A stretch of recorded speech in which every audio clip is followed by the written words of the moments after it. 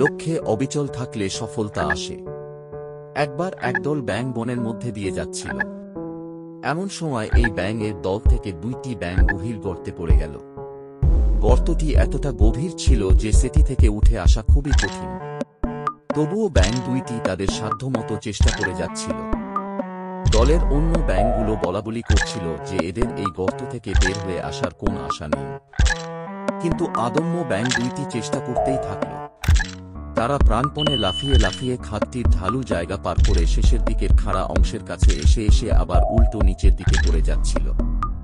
তখন উপরে থাকা বাকি ব্যাঙগুলো চিৎকার করে তাদের বলছিল যে, তোমরা কিছুতেই উপরে উঠতে পারবে না, এটি খুবই বড় গর্ত, এখান থেকে উঠে আসা কোনোভাবেই সম্ভব না। তাদের কথাগুলো এমন ছিল যেন তারা বলতে চাইছে শুধু কষ্ট করে লাভ নেই।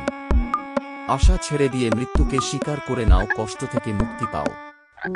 2টি ব্যাঙের মধ্যে একটি তাদের কথায় কান দিল এবং গর্তের উপরের দিকে ওঠা বাদ দিয়ে আরো গভীরের দিকে লাফিয়ে পড়ে মরে গেল। কিন্তু দ্বিতীয় ব্যাঙটি আরো উদ্যম নিয়ে লাফাতে লাগল, আর উপরে থাকা ব্যাঙেরা আরো জোরে চিৎকার করে বলতে লাগল, এই বৃথা কষ্ট করো না, মৃত্যুকে সহজ করো। কিন্তু ব্যাঙটি অবশেষে উপরে উঠে এলো। উপরে ওঠার পর ব্যাঙটি যা বলল তাতে দলের সবাই অবাক হয়ে তাকিয়ে রইল। ব্যাঙটি বলল, উপরে থেকে তোমাদের চিৎকার করে করে আমাকে উৎসাহ দেওয়ার কারণেই আমি মনোবল পেয়ে উপরে উঠে আসলাম। তোমরা না থাকলে আমি হয়তো হাল ছেড়ে দিতাম। আমি কানে শুনতে পাই না, শুধু চোখে দেখেছি তোমরা গলা ফাটিয়ে আমাকে উপরে উঠে আসতে বলছো।